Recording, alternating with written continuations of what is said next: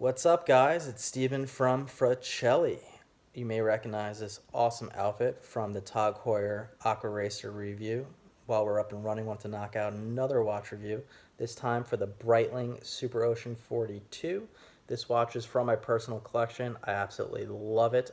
It's probably my most fun watch. Yeah, it is my most fun watch. Come on, that yellow. It's definitely the most fun.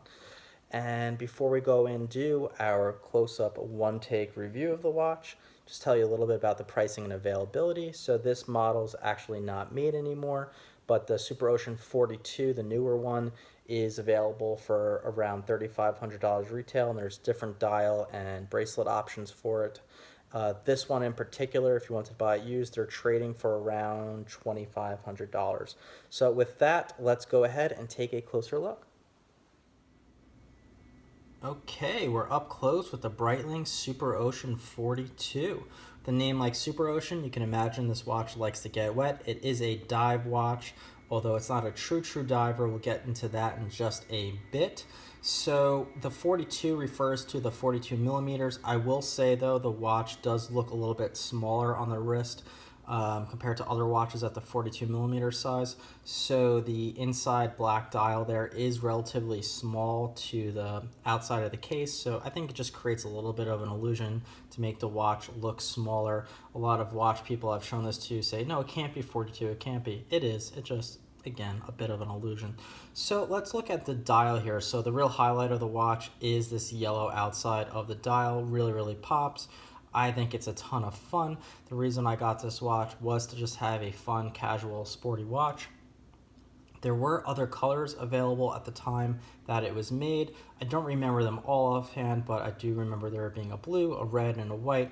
All were also very cool. I just thought the yellow was the best out of them. My personal opinion, obviously super subjective.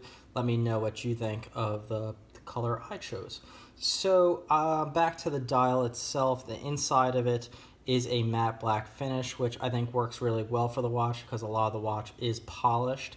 So it is just a nice contrast there. There is the Breitling applied logo at the top, and then I really like the Superocean font there. Sucker for fonts and things like that, small minor details. It is a chronometer, so this watch is COSC certified and very accurate. It is an ETA based movement and automatic winding, and works really well. Not in-house, but these ETA movements are real workhorses. They work really well, and again, COSC certified, so you can't go too wrong. Then what's revealed under that is the pretty insane depth rating, which is 5,000 feet and 1,500 meters for water resistance. So more than I'll ever go. I'm not a true diver myself either. So, but good to know the watch could go pretty deep if you really need it. It does that also with a helium escape valve on the side. So a pretty high-end feature there for a dive watch. So just to round out the dial, the outside yellow is also pretty functional because it does have minute markers and some lume plots here, and there is big lume in the inside of the dial at 6, 9, and noon. There isn't one at 3, but there is a date display there, which makes the watch even more usable and functional. So moving away from the dial, the bezel is actually a rubber finish. I think they call it vulcanized rubber. Correct me if I'm wrong, whatever the heck that means too. But I was a little worried about the bezel because it being rubber, I was worried about longevity and it breaking and chipping and or just coming apart. And while the inside of the bezel has this polish, which has a bunch of little scratches on it and whatnot, the outside rubber really stayed in really good shape. I've had this for a few years, went to the beach, beat it around, all that good stuff, and my worries were really unwarranted. It really lasted really well so far, and definitely cool. So moving on to more of the watch, we'll just look at the case. Again, already mentioned the helium escape valve. The other side, there is a B on the crown, which is of course screw down for water resistance. And there is crown guards, but they're sort of like half crown guards. So this watch is somewhat a little bit more showy than it is functional at times. So anyways, now to the bracelet. I went with a rubber strap. It makes the watch lighter. It is a pretty thick and heavy watch, so with the rubber strap it does lighten the weight a bit. Also incredibly comfortable in the summer with the rubber strap. They also make ones that have holes in it for even more ventilation. And one quick point on the ventilation, there's a little bit of gap here, which gives you a little breathing room, which is good, but it does get a little dirty and gunky in here. I don't know how well you can see it, but this part of the watch is a bit difficult to clean, just something to call out. Onto the actual buckle, it is a deployment system, really, really nice. 2 buttons here. It is polished though, so there is, scratching that gets picked up on it.